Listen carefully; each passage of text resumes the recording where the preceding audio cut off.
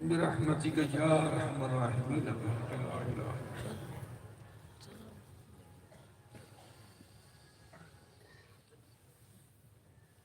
الحمد لله رب العالمين والعاقبة للمتقين والصلاة والسلام على سيد المرسلين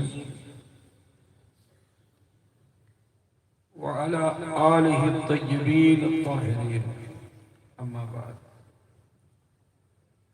أعوذ بالله من الشيطان الرجيم. بسم الله الرحمن الرحيم.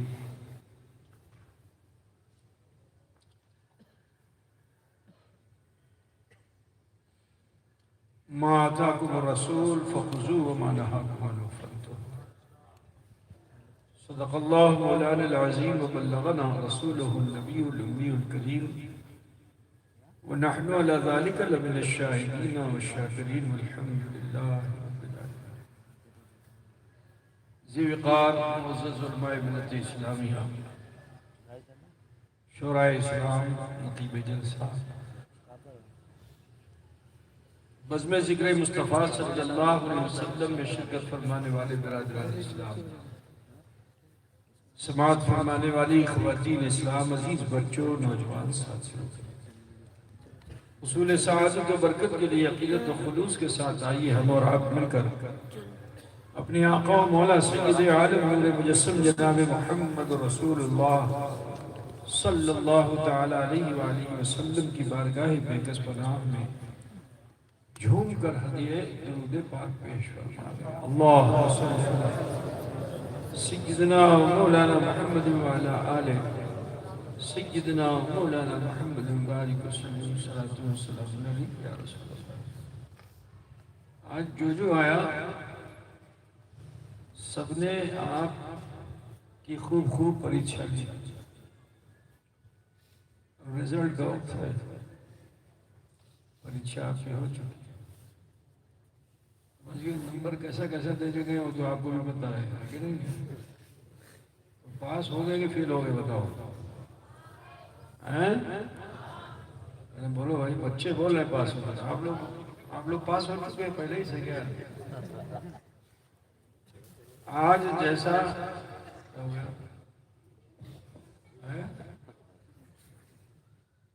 ہم کر لیں گے بھائی.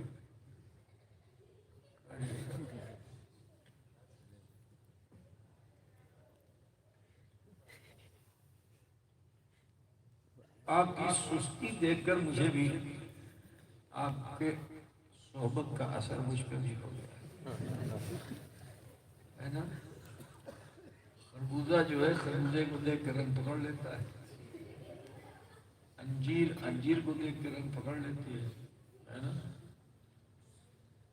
لیکن ہم تو اس دربار میں آئے ہیں جس کے لیے کسی ہندی شاعر نے کہا کہ لالی میرے لال کی جد دیکھو تد لال، اور لالی دیکھن میں گئی اور میں بھی ہو گئی لال.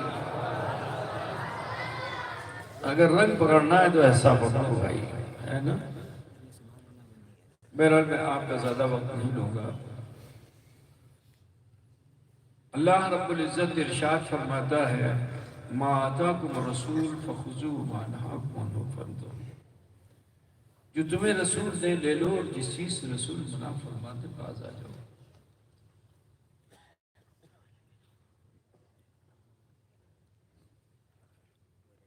ابتدائی دور اسلام میں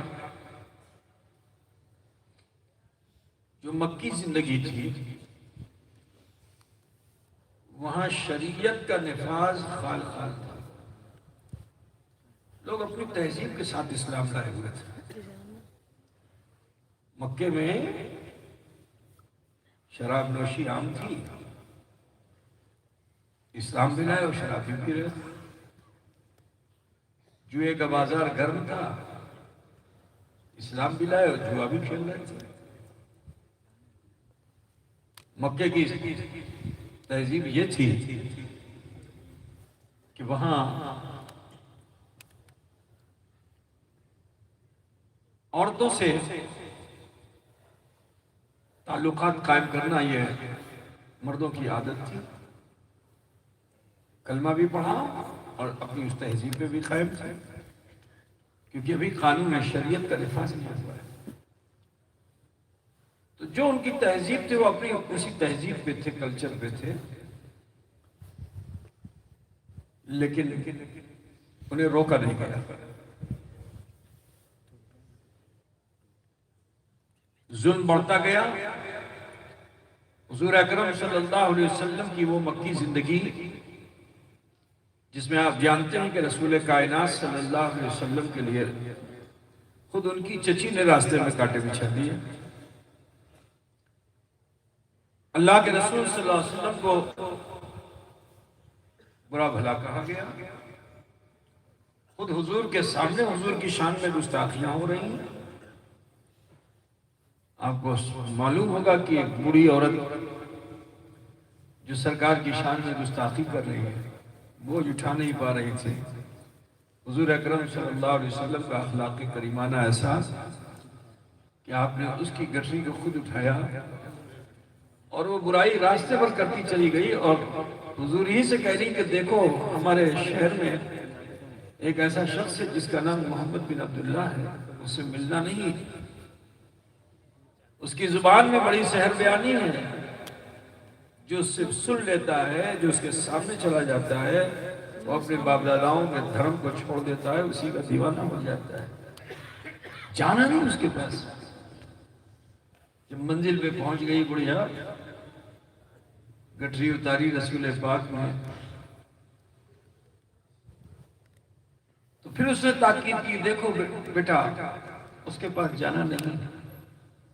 اچھا بتاؤ تمہارا نام کیا ہے؟ تو کہا جس کے پاس جانے سے اے ماں تم روک رہی ہو میں وہی محمد بن عبداللہ. تہذیب کو بدلنے کے لیے ضروری یہ ہے کہ آپ کے اندر کتنا کانفیڈنس ہے. آپ کے اندر کتنا کانفیڈنس ہے. اگر آپ نے اپنے کانفیڈنس کو کھو دیا تو آپ کلچر نہیں بدل سکتے، آپ سوسائٹی میں بدلاؤ نہیں لا سکتے، آپ معاشرے میں تبدیلی نہیں لا سکتے. رسول پاک صلی اللہ علیہ وسلم کے چند دن ابھی گزرے ہی تھے کہ شریعت کا نفاذ ہو گیا. اب جب شریعت کا نفاذ ہوا تو کیا؟ اقیم الصلاۃ، نماز کو قائم کرو. صحابہ کرام نے نماز کو تو حاصل کر لیا مگر چھپ چھپ کے نماز پڑھتے تھے کہ کہیں ایسا نہ ہو کہ مکے کے وہ ظالم ظلم و ستم کرے. نماز چھپ چھپ کے 9 سے 10 ہوئے، 10 سے 11 ہوئے، 11 سے 12 ہوئے، 12 سے 20 ہوئے، 20 سے 25، 25 سے 30، حتیٰ کہ 39. 39 مسلمان جب تک تھے چھپ چھپ کر نماز پڑھی جاتی رہی. لیکن جب 40ویں مسلمان حضرت عمر فاروق ہوئے کہ جو تلوار لے کر گئے تھے رسول پاک صلی اللہ علیہ وسلم کو قتل کرنے کے لیے، میرے نبی کا پیشنس کیسا تھا، میرے نبی کا اخلاق کیسا تھا کہ رسول کریم صلی اللہ علیہ وسلم کی اس نگاہ کریمانہ کا اثر دیکھو کہ لے کے تو گئے تھے تلوار مگر نبی کے کردار نے ان کو اتنا متاثر کیا کہ قدموں پہ گرے اور پڑھ لیا کلمہ لا الہ الا اللہ. جب مسلمان ہو گئے، یوں کہہ لو کہ مسلمانوں کا 40واں ہو گیا. سمجھ گئے نا؟ تو آپ نے فرمایا کہ اب چھپ کے نماز نہیں پڑھی جائے گی، اب ہم اعلانیہ نماز پڑھیں گے. اب جب نماز اعلانیہ پڑھی جانے لگی تو آپ کو معلوم ہے کہ حضور جو خانہ کعبہ کی دیوار کے سائے میں کھڑے ہوئے نماز پڑھنے کے لیے، تو کفار و مشرکین نے ظلم کی انتہا کر ڈالی. حضور قیام فرمائے تو وہ آتے ظالم اپنی چادر کو حضور کی گردن میں باندھ کر اور اسے کسنا شروع کر دیتے، حلق کستی چلی جاتی. تو جانتے ہو جس وقت ایسا ظالم کر رہے تھے، ایک دوسرے مجاہد شیعہ لے جن کا نام ہے حضرت سید الشہداء امیر حمزہ، جو حضور کے چچا ہیں. حضرت امیر حمزہ رضی اللہ تعالیٰ عنہ نے جو یہ منظر دیکھا تو مکے میں ابھی تک تلوار تو نہیں نکلی تھی مگر ایک عاشق نبی کھڑا ہو گیا کہ ہم جان دے دیں گے، جان لے لیں گے، مگر شان مصطفیٰ میں کمی آنے نہیں دیں گے۔ میان سے تلوار نکالی اور کہا آؤ مقابلے کے لیے۔ کندھے پہ ٹنگی ہوئی کمان تھی، اٹھایا اسے اور اس ظالم کے سر پر آپ نے مارا۔ میرے عزیز یہی نہیں، حضور نماز کی حالت میں سجدے میں ہیں۔ ذرا میرے نبی کا اخلاق تو دیکھو کہ حضور سجدے میں ہیں۔ رکن یمنی ہے، کعبے کے 4 کونے ہیں، رکن اسود سے شروع ہوتا ہے، رکن یمنی پہ ختم ہوتا ہے۔ رکن اسود، رکن عراقی، رکن شامی، رکن یمنی۔ رکن یمنی پہ آپ سجدے میں تھے اور آپ کی 2.5 سال کی بیٹی سیدہ فاطمہ جو ام ہانی کے دروازے پر چوکھٹ پر بیٹھی ہوئی حضور کو سجدہ کرتے ہوئے دیکھ رہی تھی۔ اچانک ظالموں نے ظلم کی انتہا کر ڈالی اور بڑی اوجھڑی اونٹ کی لے کر آئے، وزنی، جس کو چند لوگ اٹھائے ہوئے تھے، اٹھانے میں بھی مشقت تھی، اور لا کر رسول پاک صلی اللہ علیہ وسلم کے جسم اطہر پر ڈال دیا۔ لیکن سنو، اس وقت کوئی صحابی نہیں تھے کہ جو حضور صلی اللہ علیہ وسلم کے لیے آ کر کھڑے ہوتے، مگر بیٹی فاطمہ نے جو یہ منظر دیکھا، عمر 2.5 سال کی ہے۔ میں یہ بتانا چاہتا ہوں کہ حضور میں طاقت کتنی ہے، حضور صلی اللہ علیہ وسلم کتنے پاور والے تھے، کتنے شکتیمان تھے کہ جب رسول کائنات صلی اللہ علیہ وسلم سجدے میں گئے اور ان کفار مشرکین نے لا کر اوجھڑی کو آپ کے جسم اطہر پر ڈال دیا، تو 2.5 سال کی بیٹی فاطمہ جو رسول اللہ کی بیٹی ہیں، 2.5 سال کی بیٹی آپ کی، وہ بولو ایک بالٹی اٹھا پائے گی؟ بولیے، خالی بالٹی نہیں اٹھا پائے گی، بڑی بالٹی کی بھی بات چھوڑ دیں۔ لیکن دیکھو کہ سیدہ فاطمہ 2.5 سال کی ہیں، جوش میں آتی ہیں، ظالموں کو برا بھلا کہتی ہیں، اور اس اوجھڑی کو جو حضور کے جسم اطہر پہ رکھی ہوئی تھی، اسے 2 ہاتھ سے نہیں اٹھایا، 1 ہاتھ سے اٹھا کے پھینک دیا۔ تو جب سیدہ فاطمہ کے بازوؤں کا یہ اثر ہے تو میرے مصطفیٰ کے بازوؤں میں کیسا اثر ہے؟ لیکن مکی زندگی ہے، صبر و استقامت کے ساتھ حضور وقت گزار ہے۔ آپ کو معلوم ہے کہ شیب ابی طالب میں ظالموں نے محسوس کر دیا کہ آپ سٹی کے اندر چل پھر نہیں سکتے، کیونکہ حضور جدھر چلتے تھے اسلام پھیلتا تھا۔ تو انہوں نے کہا بس یہ جو وادی ہے شیب ابی طالب، اسی ایریے میں آپ کو رہنا ہے، اس کے باہر آپ نہیں جا سکتے۔ حضور صلی اللہ علیہ وسلم اپنے تمام صحابہ کے ساتھ وہیں رہنے لگے، جب تک کھانے پینے کا رسد تھا کھاتے پیتے رہے۔ لیکن اب تو حال یہ ہو گیا کہ آٹا بھی ختم ہو گیا، روٹی کیسے پکے، اب کچھ ہے نہیں، تو صحابہ کرام صبر کرنے لگے، اور جب صبر کرنے لگے صحابہ کرام تو صبر کی انتہا ہو گئی، یہاں تک کہ پیٹ پر پتھر باندھ دیے صحابہ۔ لیکن جب جام سے صبر کا پیمانہ چھلکا تو دربار محمدی میں حاضر ہوئے اور عرض کیا، رسول اللہ پیٹ پہ پتھر باندھ دیے، اللہ کے رسول غذا کا انتظام کیجیے۔ میرے نبی اگر چاہتے تو اشارہ کر دیتے تو خالِ نعمت اتر آتا، مگر مکے کی زندگی صبر و استقامت کی زندگی تھی۔ رسول کائنات صلی اللہ علیہ وسلم نے ان صحابہ سے فرمایا کہ تم نے 1 پتھر باندھا ہے، یہ دیکھو میں نے 2 پتھر باندھا۔ لقد کان لکم فی رسول اللہ اسوۃ حسنہ، تحقیق کہ تمہارے لیے اللہ کے رسول کی زندگی بہترین نمونہ عمل ہے۔ ظلم پہ ظلم ہوتا چلا گیا اور رسول پاک صبر پر صبر کرتے چلے گئے، یہاں تک کہ حالت یہ ہوئی کہ آپ کو ہجرت پر بھی آمادہ ہونا پڑا اللہ کے حکم سے۔ ظلم کی انتہا ایسی ہو گئی کہ اس چہیتے شہر کو چھوڑنا پڑا جس کے لیے رب نے قسم کھائی، لا اقسم بہذا البلد وانت حل بہذا البلد، قسم ہے اس شہر مکہ کی جس میں اے حبیب آپ جلوہ فکر۔ تو نماز کی فرضیت کہاں آ گئی؟ ہونا تو یہ چاہیے تھا کہ جب اتنی مشقتیں تھی، بھوک تھی، پیاس تھی، تو اللہ تعالیٰ تو تدبیر والا ہے، اللہ رب العزت نماز کے بجائے روزے کو فرضیت کا مقام دے دیتا مکے کی سرزمین پہ، کیونکہ یہاں تو بھوک ہے اور پیاس ہے، تو بھوکے بھی رہتے اور عبادت بھی کرتے، لیکن مجھے بتاؤ اس کی اہمیت ہوتی؟ رمضان المبارک کی پھر اہمیت نہیں ہوتی، روزے کی اہمیت نہیں ہوتی، کیونکہ صحابہ بھوکے ہیں اور بھوکوں پر حکم آ گیا فرضیت کا۔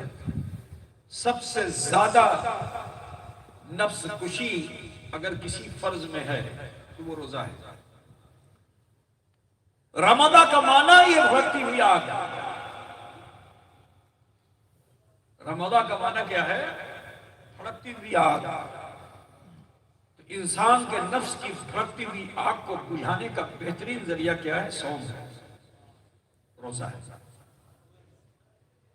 اگر یہ مکے میں فرض ہوا ہوتا تو اس کی اہمیت نہیں ہوتی، لیکن جب ہجرت کر رسول پاک صلی اللہ علیہ وسلم مدینہ منورہ پہنچے اور نصارہ اور یہودیوں سے معاہدہ ہو گیا، پیکٹ ہو گیا، امن و شانتی کے ساتھ لوگ رہنے لگے، تو حضور کا قدم میمنۃ لزوم جہاں پڑتا ہے وہاں خزاں رہے گی، وہاں تو بہار آ جاتی ہے۔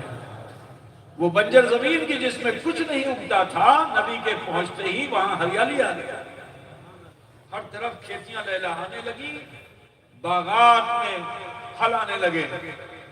مکے کے لوگ 2 سال میں آسودہ حال ہو گئے، اور تجارت کرنے کے لیے جانتے ہو مکے سے نکل کر بہت بڑا مارکیٹ تھا بدر کا۔ کہاں تھا؟ بدر ایک شخص کا نام تھا، اس کے نام کا ایک کنواں تھا، کنواں، تو اسی کنویں سے اس علاقے کو بدر کہتے تو وہاں بہت بڑا بازار لگتا تھا، اور وہاں تجار جاتے تھے اور بازار کرتے تھے، خرید و فروخت وہاں ہوتی تھی۔ مدینے کے یہ انصار مہاجر بھی اپنی کھجوریں، اپنے جو، اپنے اناج کو لے کر کے وہاں سے 70-80 کلومیٹر دور ہے مدینے سے، اور سفر کر کے جاتے وہاں پہ کاروبار کرتے تھے۔ اور ادھر ابو جہل، عتبہ، شیبہ، کفار مشرکین نے مکے میں اور بھی دیگر قبیلوں کو ملا کر کے کانسپریسی کی کہ ہمیں ایسے موقع پہ جا کے حملہ کر دینا ہے کہ جب یہ اپنے اپنے کاموں میں لگے ہوئے ہیں، جب یہ کاروبار کر رہے ہوں گے، ان کے ہاتھوں میں ڈانڈیاں ہوں گی تو تلوار نہیں ہوگی، یہ مقابلے پہ ہمارے آ نہیں پائیں گے، ہم انہیں پیچھے سے جا کے قتل کر دیں گے، سارے مسلمان موت کے گھاٹ اتر جائیں گے۔ اے عزیزو، 2 ہجری تک مسلمان آسودگی کی زندگی جی رہا ہے، نہ تیر، نہ تبر، نہ بھالے، نہ برچیاں، کچھ نہیں، آسان زندگی جی رہے ہیں، سب سکون کی زندگی جی رہے ہیں، لیکن مخبر ساجد جناب محمد رسول اللہ صلی اللہ علیہ وسلم سے کچھ چھپے گا؟ ارے جب خدا نہیں چھپتا تو ابو جہل کیسے چھپے گا؟ عزیزان گرامی، اسی لیے تو اعلیٰ حضرت فاضل بریلوی فرماتے ہیں کہ اور کوئی غیب کیا، تم سے نہاں ہو بھلا، جب نہ خدا ہی چھپا تم پہ کرو۔ دیکھو امتحان ہمیشہ ہے، مکے میں بھی امتحان تھا، مدینے میں بھی امتحان تھا۔ عاشق 2 طرح کے ہوتے ہیں، لیلا مجنون کا قصہ تو آپ نے سنا ہے نا، لیلا کے بڑے عاشق تھے، بڑے چاہنے والے تھے، سب کے سب دیکھ رہے تھے، بس دہلیز پر آئے گی تو مجھ سے دیکھیں گے، اور سب اپنے اپنے عشق کا چیلنج کر رہے ہیں، لیکن جانتے ہو جب ٹیسٹ لیا گیا تو سب کے سب بھاگ گئے، اکیلا مجنون بچا۔ معلوم ہے نا، زیادہ تفصیل میں جانا نہیں چاہتا، اس نے جسم کے ہر عضو سے گوشت کاٹ کاٹ کر کے اپنی محبوبہ کی بارگاہ میں پیش کر دیا تھا، اس لیے کہ نہ جانے کس جگہ کا گوشت میری محبوبہ نے مانگا ہے، تو جہاں جو گوشت اسے پسند آئے گا میری ان بوٹیوں میں سے قبول کر لے گا۔ تو عشق مجازی کا جب یہ عالم ہے تو عشق حقیقی کا عالم کیا ہے؟ سنو، خالی نعرے لگانے سے کچھ ہونے والا نہیں ہے، بہت سجدہ کر لینے سے کچھ ہونے والا نہیں ہے۔ یہ محبت رسول جو ہے یہی ایمان کی شرط اول ہے۔ زندگی بھر کلمہ پڑھتے رہو، مومن نہیں ہو سکتے ہو جب تک کہ حضور صلی اللہ علیہ وسلم سے سچی محبت نہیں ہوگی۔ دیکھو مکے میں ٹیسٹ ہوا مسلمانوں کا، اب مدینے کی باری آ گئی، آسان زندگی جی رہے تھے کہ اللہ تعالیٰ نے شریعت کا نفاذ فرما دیا کہ جس طرح اور قوموں پر روزے فرض کیے گئے، اے حبیب آپ کی امت پر بھی روزے فرض کیے جاتے ہیں۔ روزے کی فرضیت آ گئی۔ رسول کائنات صلی اللہ علیہ وسلم نے ابھی روزے کی فرضیت کو پیش کیا ہی تھا کہ اچانک رسول کائنات صلی اللہ علیہ وسلم کو یہ خبر لگی کہ مکے میں تمام کفاران عرب تیاری کر رہے ہیں، اور دوسری جانب ابو سفیان جو شام کو کاروبار کے لیے گئے ہوئے تھے، ان میں آپس میں رابطہ بنا کہ ہم ادھر سے آتے ہیں، آپ ادھر سے آئیے، بیچ میں بدر ہوگا، ہم سب ٹوٹ پڑیں گے، ان کو موقع بھی نہیں ملے گا مقابلے کا، وہ سب موت کے گھاٹ اتر جائیں گے۔ تو ادھر سے شام کی طرف سے ابو سفیان اپنے قافلے کے ساتھ، ادھر سے ابو جہل عتبہ شیبہ اپنے قافلے کے ساتھ، چاروں طرف سے گھیرنے کا ارادہ تھا۔ رسول پاک کو جب خبر لگی تو میرے آقا صلی اللہ علیہ وسلم نے صحابہ کے درمیان اعلان فرمایا کہ اے میرے صحابہ دیکھو، ابھی تو روزے فرض ہوئے ہیں، واللہ تم سے تمہاری جان کی قربانی چاہتا ہے، تمہاری جان کی قربانی چاہتا ہے۔ جب حضور نے یہ اعلان فرمایا تو اسی مدینے میں دو حصے میں لوگ بٹ گئے،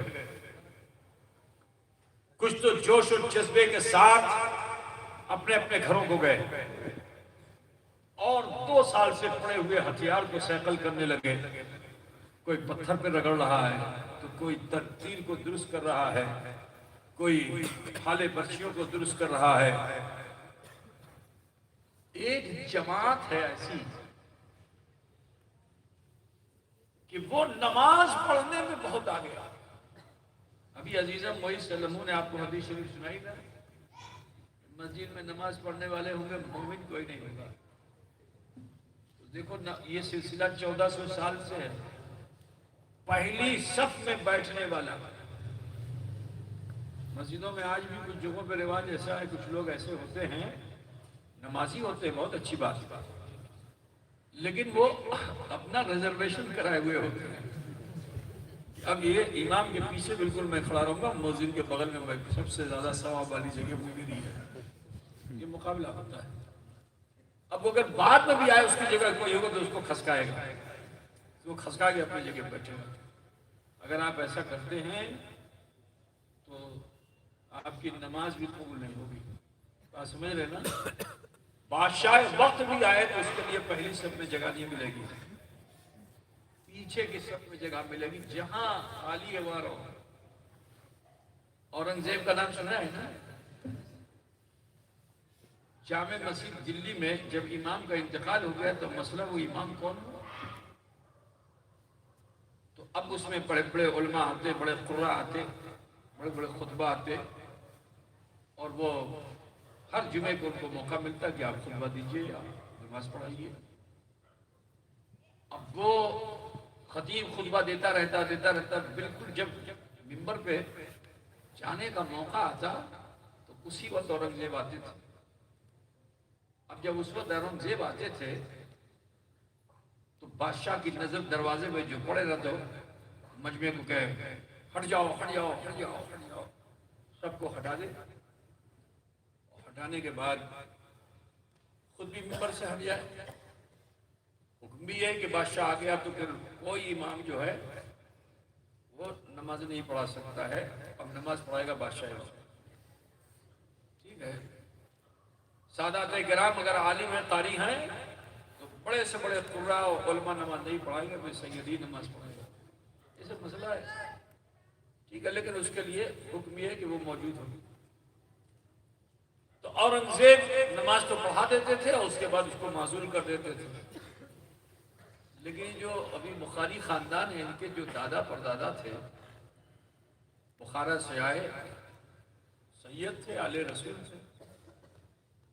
اب جب اورنگزیب آیا تو عادت کے مطابق مجمع خود بخود اٹھنے لگا، تو امام نے حکم دیا جو جہاں وہیں بیٹھ جائے. چپلوں کے پاس بادشاہ وقت کو جگہ ملی تھی، سیڑھیوں پہ جہاں چپل اتاری جاتی تھی وہاں اورنگزیب کو جگہ ملی تھی. اتنا خوش ہوا اورنگزیب کہ میں نے وہ دیکھا ہے، اس عبداللہ بخاری کے پاس بھی گیا تھا، میں نے وہ دیکھا ہے، اتنا بڑا تانبے کا فرمان ہے اورنگزیب کا جو ان کے آفس میں رکھا ہوا ہے، مسجد کے پیچھے ان کا آفس ہے. عبداللہ بخاری نے بتایا کہ دیکھیے ہمارے دادا پردادا اتنے غیور تھے کہ بادشاہ وقت کو بھی نظروں میں نہیں لائے اور حق و صداقت کے ساتھ قائم تھے. تو بادشاہ نے نسلاً بعد نسل امامت کا حق اسی خاندان کو عطا کر دیا. عزیزان گرامی، یہ ہے معاملہ. اب جب اللہ کے رسول صلی اللہ علیہ وسلم نے اعلان فرمایا کہ جان کو قربان کرنے کا موقع آ گیا، جہاد کرنا ہے، صحابہ جوش میں اپنے اپنے گھروں کو گئے، جو کچھ بھی ان کے پاس تھا ہتھیار اسے سیکل کرنے لگے، تیاری کرنے لگے کہ صبح ہم لوگوں کو جانا ہے. ایک جماعت ایسی جو پہلی صف میں بیٹھتی تھی، اس جماعت کا قائد جو تھا اس کا نام تھا عبداللہ ابن ابی. کیا نام تھا؟ سنیں گے بھائی آپ لوگ؟ تھکے ہوئے بہت لگ رہے ہیں آپ لوگ، نہیں سنیں گے؟ ایسے ایسے کیا کر رہے ہیں؟ ابھی سنیں گے تو ایسے ایسے کیجئے، آپ تو ایسے ایسے. جناب نوری صاحب آج کیوں وہاں بیٹھے ہوئے ہیں بھائی؟ چلے آئیے ادھر آئیے. درد ہو رہا ہے کیا گھٹ رہے ہیں؟ تب کہتے بھائی نہ. عزیزان گرامی خیال فرمائیے، سب تیاری کر رہے ہیں. وہ جو رات بھر مسجد میں عبادت کرتے تھے نا، اب نفل چھوڑ دی، سجدہ چھوڑ دیا، قیام چھوڑ دیا، رکوع چھوڑ دیا، کہاں غضب ہو جائے گا. اگر یہ 1000 مسلمان کافروں مشرکوں کے مقابلے میں کھڑے ہو جائیں گے تو یہ سب کو پسپا کر دیں گے. کچھ کرنا چاہیے.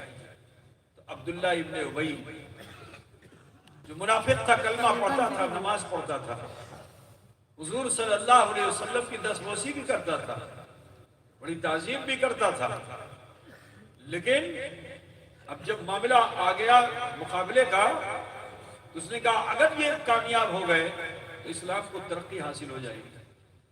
ان لوگوں نے نماز پڑھی مگر دل سے نہیں، کلمہ پڑھا مگر دل سے نہیں، اسی کو منافق کہتے ہیں. پوری سورہ منافقون ہے قرآن میں. بات سمجھ رہے ہیں نا؟ کسی نبی کی امت میں منافق نہیں ہوئے، جو ہوئے کھلے ہوئے دشمن ہوئے، لیکن رسول پاک کی امت میں کلمہ پڑھنے والوں میں دو گروہ ہوا. ایک وہ کہ جو عاشق رسول تھا اور دوسرا وہ جو منافق رسول تھا. برادران اسلام، یہ سلسلہ آج تک جاری ہے، آپ دیکھ رہے ہیں نا. تو وہ گھر گھر گیا، ڈور ٹو ڈور دستک دیا. اے فلاں کیا کرتے ہو، اے فلاں کیا کرتے ہو، اے فلاں کیا کرتے ہو؟ کہا تمہیں معلوم نہیں؟ تمہیں معلوم نہیں؟ رسول پاک نے فرمایا میدان جہاد میں جانا ہے، اپنی جان کو قربان کریں. تو عبداللہ ابن ابی نے کہا نادانی مت کرو، یہ ٹوٹی ہوئی تلواروں سے جنگ کی جا سکتی ہے، زنگ آلود تلوار اس سے کسی کی گردن کاٹی جا سکتی ہے، یہ مڑے ہوئے نیزوں سے کسی کے سینے کو چیرا جا سکتا ہے، یہ تمہاری ترکش میں رکھی ہوئی تیر جو ہیں یہ کسی کا سینہ چیر سکتے ہیں؟ یہ تھوڑے سے ہتھیار سے تم کیا مقابلہ کرو گے؟ وہ تو آ رہے ہندی تلوار لے کر. ہندوستان کی تلوار کی حنک عرب تک تھی. تمہارے راجستھان کے راجپوتوں کی تلوار کی حنک جو تھی وہ عرب تک تھی. تو تلوار تو ہر جگہ بنتی تھی مگر سب سے زیادہ جو مقبول تلوار تھی وہ ہندوستان کی تلوار تھی. تو کیا کہا انہوں نے؟ کہا ہندی تلوار لے کے آ رہے ہیں، تو مقابلہ نہیں کر سکتے ان سے. لیکن وہ ماننے کو تیار نہیں.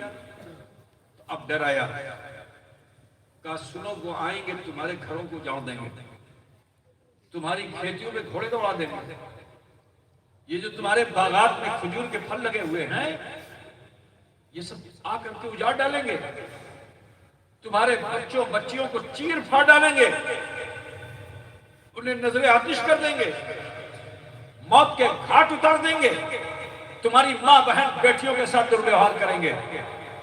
لیکن یہ سب وہ جملے ہیں کہ جو انسان کے گردا گرد جس سے وہ محبت کرتا ہے، ماں سے، باپ سے، بھائی سے، بیٹے سے، بیٹی سے، بہن سے، انہی سے تو ہمارا سینٹیمنٹ جڑا ہوا ہے.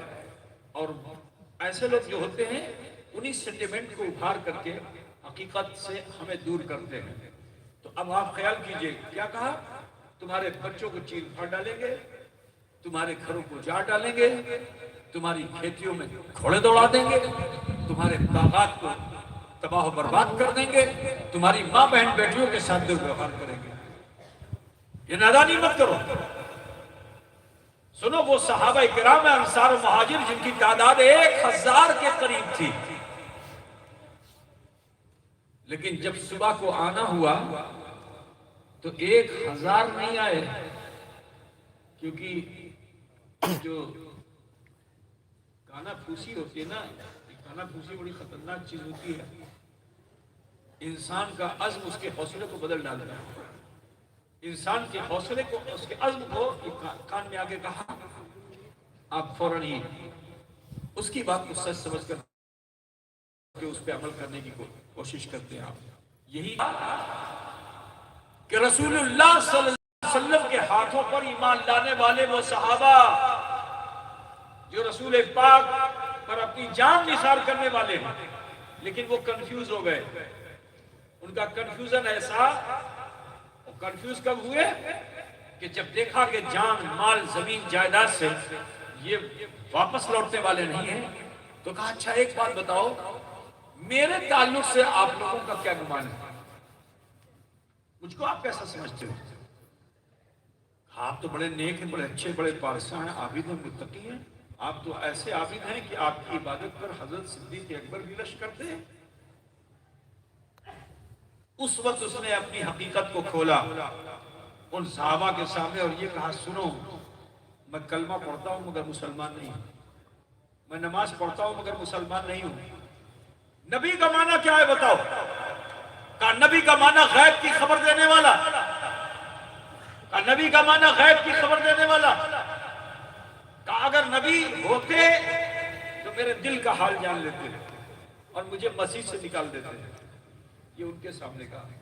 ذرا سوچو، پختہ ایمان والے ایک پل کے نبی رسول اللہ کو جو دیکھ لے وہ جنتی ہے، نماز پڑھے یا نہ پڑھے اس کا ایمان اتنا پختہ ہو جاتا ہے. لیکن شیطان جب دھوکہ دینا چاہتا ہے تو ایسوں کو بھی وسوسے میں لاتا ہے. غور سے سنیے گا میرے بھائی، اور ان واقعات سے اپنی زندگی کے اندر انقلاب لانے کی کوشش کیجیے کہ ان صحابہ کے دلوں میں ان چند لوگوں نے ایسی بات ڈال دی کہ جب صبح ہوئی تو یہ 1000 صحابہ حضور کی بارگاہ میں نہیں گئے. 1000 میں سے صرف 313. کتنے گئے بولیے؟ اچھا 313 زیادہ ہے. 1000 میں سے 313 مائنس کرو تو کتنا بچے گا؟ تم لوگ دکاندار ہو گئے، گھڑی نہیں آتی، تمہیں بتاؤ بچے. 1000 میں سے 300 ہے 700. پھر سے جوڑو، پھر سے جوڑو. 313 1000 میں سے کم کرو تو کتنے؟ 600. سمجھ گئے کہ نہیں سمجھے؟ پاس ہونا ہے تو اسکول میں لو، گھڑی تپی صحیح رکھو، ٹھیک ہے نا؟ گھڑی سمجھتے ہو کہ نہیں سمجھتے؟ کون سی گھڑی؟ بیج گھڑی کی ریکھا گھڑی کہ انک گھڑی؟ کون سی گھڑی؟ گھڑی تھوڑی اچھے سے پڑھو بچوں. اسکول ہے، اسکول میں تعلیم اچھے سے بچوں کو حاصل کرنی چاہیے، کھیل کود میں وقت مت نکالو۔ آج مسلم سماج کے لیے بہت ضروری ہے کہ وہ اپنے بچوں کو اچھی تعلیم دیں، صرف ایجوکیشن ہی آپ کو بچا سکتی ہے بس۔ آج بہت خوشی ہوئی، میں نے سنا کہ آپ کے گاؤں کا ایک داماد، ہمارے کیا نام ان کا تھا، فرزند علی، جس نے محنت کی، آج الحمدللہ وہ جوڈیشری کا ایگزام میں کامیاب ہوا، اور وہ کسی سول کورٹ میں نہیں، ہائی کورٹ کا جج ہو گیا ہے نا۔ تو انسپریشن کے لیے وہ ہیں، ان سے انسپائرڈ کرو اپنے بچوں کو، تاکہ ان کے اندر بھی اسپرٹ آئے، وہ بھی ایجوکیشن اور شکشا کی طرف آئے، تعلیم۔ مگر دنیا دار نہ بنے، وہ چاہے سپریم کورٹ کا جج بھی ہو، لیکن اسے چاہیے کہ وہ نمازی ہو، اسے چاہیے کہ وہ دیندار ہو، اسے چاہیے کہ وہ جناب محمد رسول اللہ کا سچا وفادار ہو۔ دنیا کی تعلیم حاصل کرو، مگر شریعت سے دور مت بھاگو، ٹھیک ہے نا۔ میرے نبی نے فرمایا اطلب العلم ولو کان فی الصین، علم کو حاصل کرو اگرچہ وہ چائنا میں بھی کیوں نہ ہو۔ ہمارے وہاں سے چائنا قریب ہے، عرب سے بہت دور۔ بات سمجھ رہے نا؟ تو سنو، 313، 600 کتنے ہوئے؟ زیادہ کس کی طرف؟ بولو، زیادہ کس کی طرف ہوئے؟ اور سے بولو، دیکھیں تم کو کچھ یاد ہے کہ سو رہے ہو؟ زیادہ کس کی طرف؟ تو تم لوگ بھیڑ دیکھ کر ادھری بھاگتے ہو، بھیڑ دیکھ کے بھاگنا اپنے ایمان کو تباہ کرنا ہے۔ جماعت کو مت دیکھو، فرد کو دیکھو۔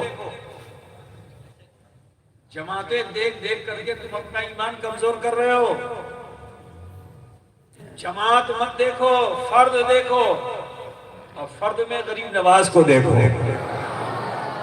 فرد میں اشرف سمنا کو دیکھو، فرد میں محبوب الہی کو دیکھو، فرد میں اپنے مرشد اشرف الاولیاء کو دیکھو۔ یہ وہ ہیں کہ جہاں کھڑے ہو جاتے ہیں وہیں سے قافلہ شروع ہوتا ہے۔ یہ قافلوں کا انتظار نہیں کرتے، قافلے ان کا انتظار کرتے۔ 313 رسول اللہ کے ساتھ، منافق کے ساتھ 600۔ ابھی یاد ہو گیا نا تم لوگوں کو؟ 600 بچوں کو یاد ہو گیا۔ تعداد پہ بھروسہ نہیں ہے، خدا کی ذات کا بھروسہ۔ ابھی 313 جب رسول اللہ کی بارگاہ میں حاضر ہوئے، ایسا نہیں تھا ان کے پاس بڑے بڑے ہتھیار تھے، نیت سے آئے تھے۔ تاریخ بدر اٹھا کے دیکھو، صرف 3 یا 5 تلواریں تھیں، چند گھوڑے تھے، کچھ اونٹ تھے، ہتھیار بھی زیادہ نہیں تھا، کچھ کمان تھی، کچھ تیر تھے۔ بولیے کون مقابلہ کرے گا؟ لیکن یہ وہ تھے کہ جن کے لیے یہ کہا گیا کہ حسن یوسف پہ کٹی مصر میں انگشت زنا، سر کٹاتے ہیں تیرے نام پہ مردہ۔ انہیں یہ پرواہ نہیں تھی کہ ہمارے پاس ہتھیار ہے کہ نہیں ہے۔ یہ مصطفیٰ کی گفتار پہ جمع ہوئے تھے، نبی کے کردار پہ جمع ہوئے تھے، پہ بھروسہ نہیں کر رہے تھے۔ بھروسہ تھا حبیب پروردگار پہ بھروسہ تھا۔ برادران صاحب، چند تلواریں، چند تیر، چند ترکش، چند گھوڑے، چند اونٹ، کون لڑے گا؟ اور پھر انہی 313 میں 2 چھوٹے چھوٹے بچے بھی ہیں۔ ان 2 بچوں کا عالم کیا؟ ان کا نام ہے معاذ و موبز۔ یہ بچے بڑے جوش میں آئے، حضور صلی اللہ علیہ وسلم کی بارگاہ میں صحابہ لائن لگا کے کھڑے ہوئے تھے، وہ بھی کھڑے ہو گئے۔ زیادہ برداشت نہیں کر سکے تو لائن توڑ کر کے سیدھا حضور کے پاس۔ بچوں کی عادت ہوتی ہے نا کہ اب وہ کیوں میں زیادہ دیر نہیں رہ پاتے، سیدھا منزل پہ پہنچنے کی کوشش کرتے ہیں۔ تو حضور کے پاس، یا رسول اللہ ہم بھی چلیں گے۔ آقا نے انہیں دیکھا، نہیں بچوں پہ جہاد فرض نہیں، ریجیکٹ کر دیا۔ اب بچے بڑے مایوس ہوئے تو کہا چلو حضور کی بارگاہ میں سفارش کرائی جائے۔ تو کوئی اپنے چاچا اور پھپھا اور رشتہ دار صحابی جو تھے ان کے پاس گئے اور جا کے کہا کہ آپ سفارش کر دیے تاکہ اللہ کے رسول ہم کو قبول کر لیں۔ ان صحابہ نے بھی سفارش کی، وہ حضور نے قبول نہیں کیا۔ پھر وہ بچے کنارے کھڑے ہو کے منظر دیکھ رہے تھے کہ اللہ کے رسول ان 313 کو 3 حصوں میں بانٹ رہے ہیں، جو سب سے لمبا اس کو ایک سائیڈ میں، جو درمیانہ اس کو ایک سائیڈ میں، جو اور اس سے ناٹے خط کا اس کو ایک سائیڈ میں، 3 حصے میں بانٹ رہے ہیں۔ تو بچوں نے سمجھا کہ لگتا ہے ہم قد میں کچھ چھوٹے ہیں، اس لیے حضور ہم کو ریجیکٹ کر رہے ہیں۔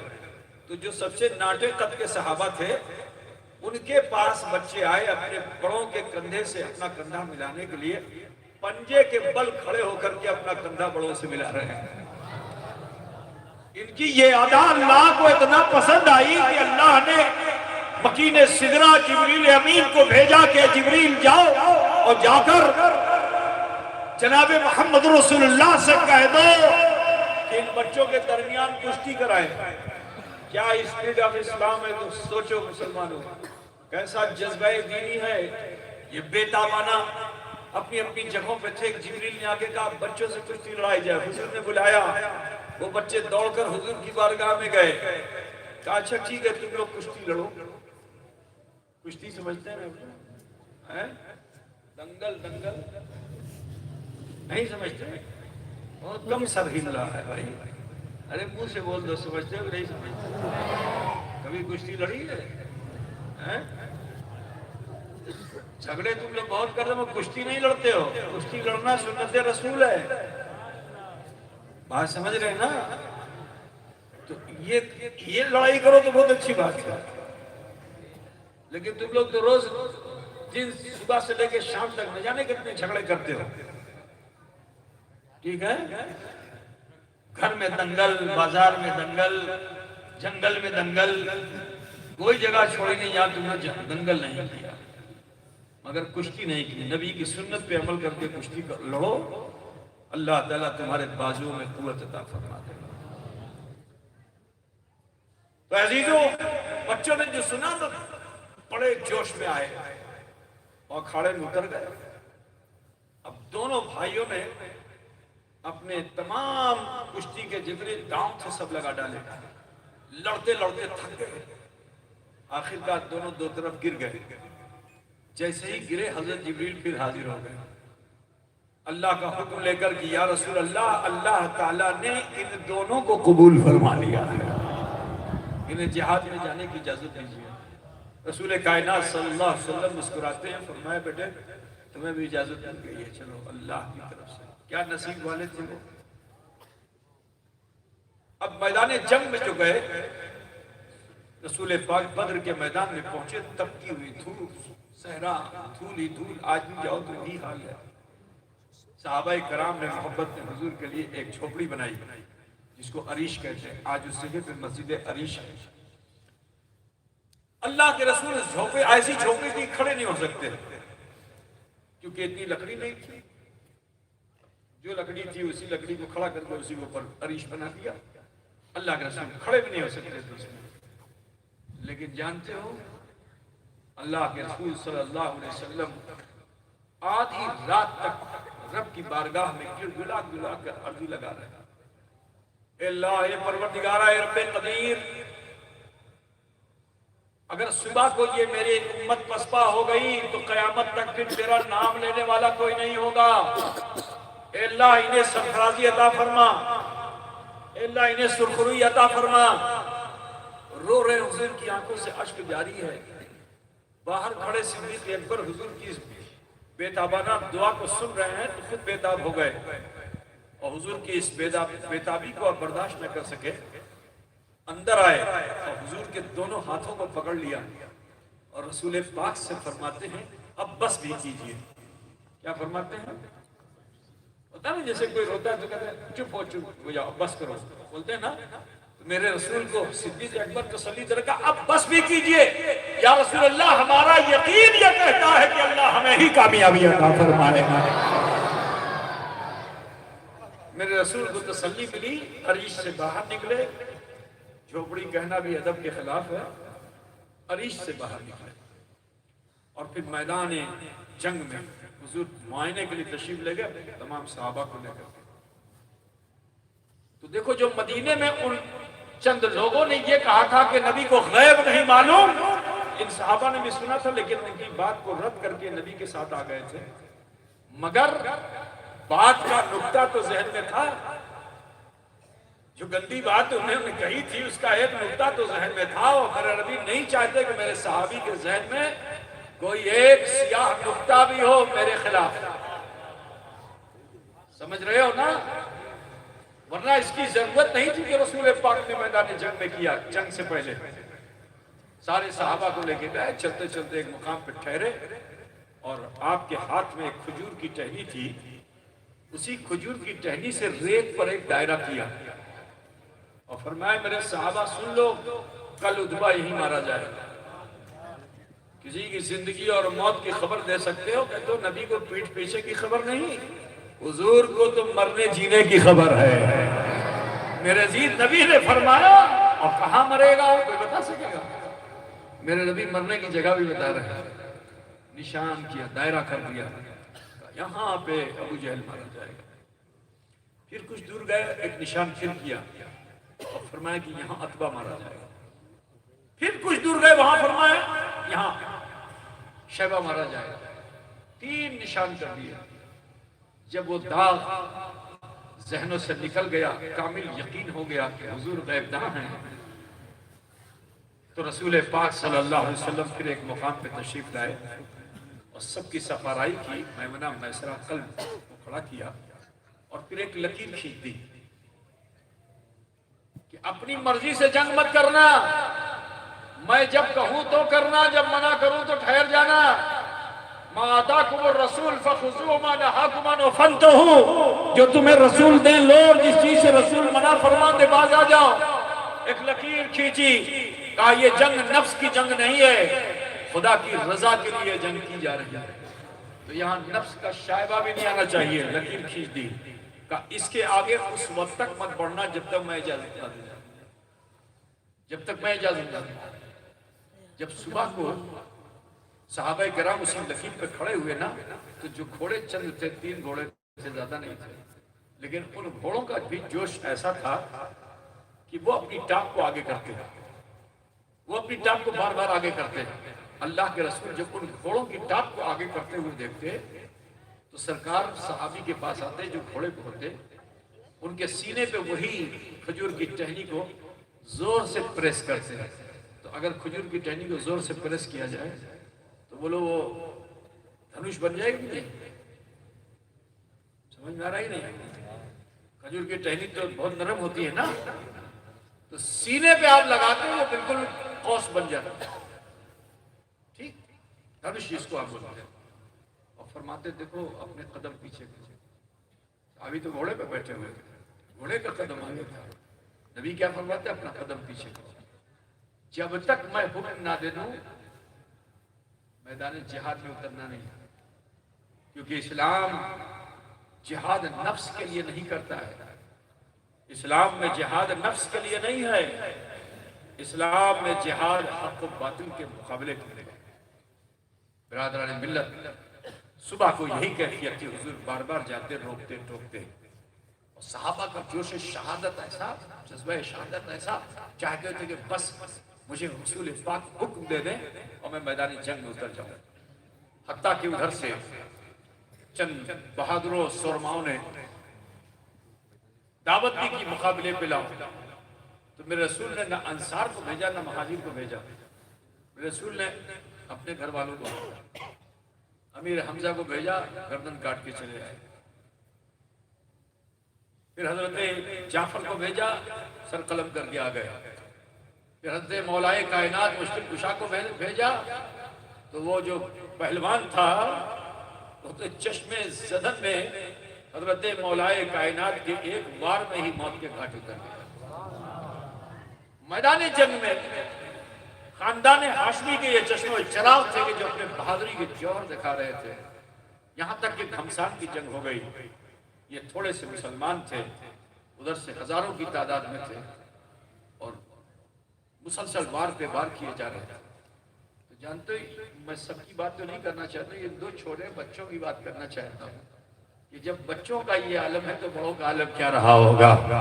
یہ دونوں بچے جو حضرت معاذ اور موبس تھے، یہ میدان جنگ میں اترے، جس طرف چلے جاتے کشتوں کو کشتے لگا دیتے، نہ چھوٹا دیکھتے نہ بڑا دیکھتے، نہ بہادر دیکھتے نہ سورما دیکھتے، بس بجلی کی طرح قہر بن کر کے جس طرف جاتے گر جاتے، کفار مشرکین کے سر قلم ہوتے۔ عزیزو، مگر لوٹ کے آتے تھے تو صحابہ سے پوچھتے تھے ابو جہل کہاں ہے؟ کیا پوچھتے تھے؟ ابو جہل کہاں ہے؟ دھیرے سے پوچھتے تھے ابو جہل کہاں ہے؟ صحابہ نے پوچھا بچوں ابو جہل کو کیوں پوچھتے، کوئی رشتہ داری ہے کیا؟ کہا نہیں، اس سے رشتہ داری کیسی، جو نبی کی شان میں گستاخی کرے اس سے رشتہ داری ہوگی۔ آج کاش کہ ان بچوں کا سبق ہم سیکھ لیتے، کاش کہ ہم بچوں کا سبق ہم سیکھ لیتے۔ ہم رشتے ایسی جگہ کرتے ہیں جہاں گستاخان رسول ہوتے ہیں۔ بچوں ہے مسلمانوں ان سے، وہ صحابی ہیں، بچے ہیں، ابھی ایسوں سے رشتہ کریں گے جو گستاخ رسول ہو، جو نبی کی شان میں گالیاں دینے والا ہو۔ ارے ہم تو ڈھونڈ رہے ہیں کب سے، کبھی قلب میں جاتے ہیں کبھی میسرہ میں جاتے ہیں، اس لیے جاتے ہیں کہ ڈھونڈ لیں، پہچان لیں کہ ابو جہل ہے کہاں۔ ہماری تلوار ہوگی، اس کا بدن ہوگا، ہم اسے موت کے گھاٹ اتار دیں گے، اس کے ٹکڑے ٹکڑے کر دیں گے، بتائیے ابو جہل ہے کہاں۔ ایک صحابی نے دکھا دیا، کہا دیکھو وہ جو بہت بہادری سے لڑ رہا ہے، شمشیر زنی میں یہ جھولا رکھتا ہے، بڑا موٹا تازہ ہے، اس کے مقابلے میں لوگ جاتے ہوئے ڈرتے ہیں، بیٹا وہاں کہاں جاؤ گے، لقمہ اجل بن جاؤ گے، وہی ابو جہل ہے۔ تو جانتے ان بچوں نے کہا کہ ہمیں خوف مت دلائیے، ہم رسول اللہ کے امتی ہیں، ہمیں خوف مت دلائیے، ہم کسی سے ڈرنے والے نہیں ہیں، ہم تو گھر سے یہ عہد کر کے آئے ہیں کہ جو گستاخ رسول ہے اسے دنیا میں ہم جینے دیں۔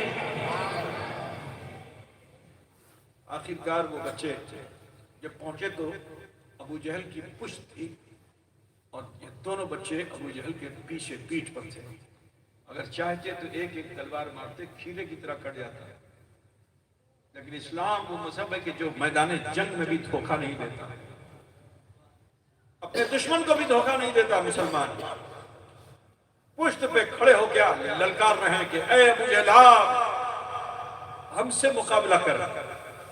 ابو جہل نے مڑ کر کے جو ان دونوں بچوں کو دیکھا نا تو قہقہے لگائے اور کہا کہ اے بچوں، ارے جاؤ جاؤ، ابھی زندگی بہت ہے، موت کو دستک مت دو،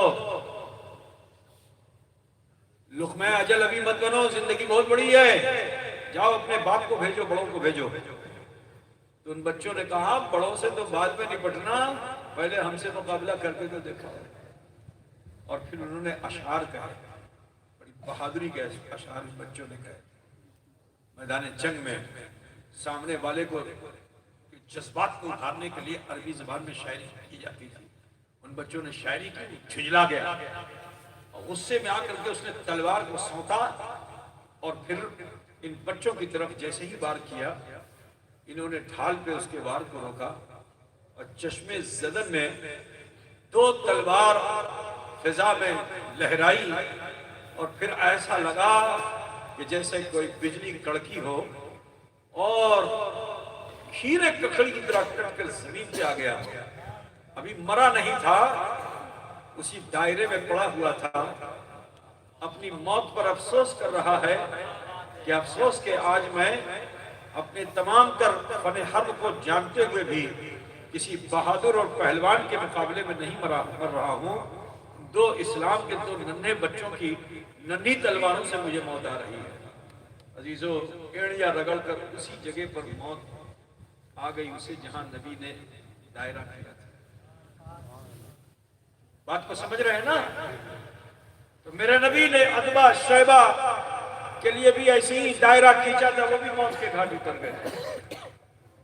لیکن میں یہاں ایک بات اور بھی بتا دوں، مجاہدین اسلام کا جذبہ دینی کیسا تھا، میں اسی بات کو عرض کر کے رخصت ہو جاؤں گا کہ ایک مجاہد سے ان کی تلوار ٹوٹ گئی، اب 3 تلوار تھی 2 ہی بچی. تلوار جب ٹوٹ گئی تو کہاں آئے؟ رسول پاک کی بات. عرض کیا یا رسول اللہ تلوار ٹوٹ گئی اب جنگ کیسے کریں؟ تو حضور فرماتے پیچھے ہو جاؤ، اب تمہیں جنگ کرنے کی ضرورت نہیں ہے. لیکن میرے نبی نے دنیا والوں کو دکھا دیا وہ تلوار جو ٹوٹی تھی. صحابی آئے نبی کے پاس تو نبی نے دنیا والوں کو دکھا دیا کہ نبی تلوار سے جنگ نہیں کرتے، کردار سے جنگ کرتے. آپ نے کھجور کی ٹہنی کو 2 حصے میں چیر دیا اور صحابی کو دے دیا. آج کا مرید ہوتا تو کود کے بھاگ جاتا کہ پیر صاحب نے کیا کرنا ہے نا، جان بچاؤ لاکھوں پاؤ، ہے نا، جان بچاؤ لاکھوں پاؤ، پیر صاحب کے چکر میں مت رہو ان تو مار ڈالیں گے یہ، ہے نا. لیکن وہ صحابی تھے، ان کا ایمان کیسا تھا. تلوار نہیں دی تھی، کھجور کی ٹہنی دی تھی. تو وہ صحابی اس کھجور کی ٹہنی کو نہیں دے رہے ہیں، کیا دیا اس پر نہیں، دینے والے پہ نظر ہے، دینے والے پہ نظر ہے. نبی نے فرمایا جاؤ میدان جنگ میں جو اترے نا تو جانتے ہو وہ کام جو تلوار نہ کر سکی وہ نبی کی ہری ٹہنی نے کر دیا. ہری ٹہنی نے یہی تو بتانا چاہے میرے مصطفیٰ کی رحمت کہ اگر یہ ہری ٹہنی حضور 2 قبروں پر رکھ دے تو عذاب قبر مومن کا چھڑ جاتا ہے، اور یہی ٹہنی اگر کافر کی طرف بھیج دے تو کافر کا کفر چھڑ جاتا ہے. ما آتاکم الرسول فخذوہ وما نہاکم عنہ فانتہوا. جو تمہیں رسول دے تم اسے لے لو، اور جس چیز سے رسول منع فرما دے باز آ جاؤ. یہ وہ رمضان المبارک ہے کہ جس رمضان المبارک میں جہاد کی فرضیت آ گئی تھی، اور وہ مجاہدین اسلام تھے کہ بھوکے پیاسے رہ کر، پیاس کی شدت ہے تو بھی، بھوک ہے تو بھی ان سب چیزوں کی پرواہ نہ کر کے حق و صداقت پر قائم تھے. آج اسلام جو زندہ ہے، کابندہ ہے، یہ انہی صحابہ کرام کی دین ہے جنہوں نے مصطفیٰ جان رحمت صلی اللہ علیہ وسلم سے سچا عشق کیا. آخری بات عرض کر دوں، یہ تو عاشقان رسول تھے، لیکن وہ منافق رسول جس نے بھڑکایا تھا، ٹھیک ہے نا، حضور کے پیچھے نماز پڑھتے تو حضور نے کبھی نہیں بھگایا. کیا رسول نہیں جانتے تھے کہ پڑھ تو رہا ہے مگر مومن نہیں ہے؟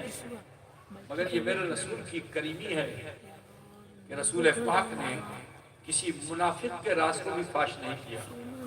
لیکن جب وہ اقبال جرم کر گیا تو رسول پاک جب لوٹے ہیں بدر سے، جب لوٹے ہیں بدر سے اور پھر مال غنیمت جو آیا تھا اسے تقسیم کیا جانے لگا تو سب سے پہلے یہ منافقین آگے کھڑے ہو گئے حصہ بانٹنے کے لیے، حصہ لینے کے لیے. کہ جو میدان بدر میں مال غنیمت پیسہ ٹکا آیا تھا وہ حاصل کرنے کے لیے آگے کھڑے ہو گئے. تو میرے رسول نے جو دیکھا تو فرماتے کیا، اخرج یا عبداللہ ابن ابی من مسجدی، کہ اے عبداللہ ابن ابی میری مسجد سے نکل جا، انتا منافق، تو منافق ہے، تو منافق ہے. تو میرے عزیز تو پتہ کیا چلا کہ منافقوں کے مسجدوں سے نکالنا بھی سنت رسول ہے. بات سمجھ رہے ہیں نا؟ اپنے ایمان و عقیدے کا تحفظ کیجئے اور اس رمضان المبارک میں نفس کشی کیجئے، اپنی اصلاح کیجئے، اپنے دل کے زنگ کو اتاریے. رمضان اسی لیے، اور تم بڑے خوش نصیب ہو کہ صرف اپنے سے ایسا نہیں کرو گے، اللہ کی تربیت میں ہو. کس کی ٹریننگ میں؟ مثال کے طور پر کوئی آئی ٹی کرنا چاہتا ہے تو بولو کسی ماسٹر کی تربیت میں ہوگا جبھی تو کر پائے گا. ہو سکتا ہے ماسٹر سے غلطی ہو جائے، اللہ سے خطا ہو سکتی ہے، اللہ تو خطا بھول سے پاک ہے. جو خاطی ہے اللہ تعالیٰ اس کی خطا کو بھی معاف کر کے اس کو بھی اللہ تعالیٰ اس کے دل کو روشن کر دیتا ہے. تو یہ رمضان کا مہینہ ایسا ہے کہ اس مہینے میں ہم اللہ کی تربیت میں آ جاتے ہیں. یہ پورے سال ہم اپنی مرضی کی زندگی جی رہے ہیں، لیکن اس مہینے میں اللہ تعالیٰ اپنی تربیت میں تمہیں لے لیتا ہے. تو اوبیڈینٹ رہنا. اوبیڈینٹ سمجھتے ہو کہ نہیں سمجھتے؟ نہیں سمجھتے؟ کیا کہتے ہیں اوبیڈینٹ؟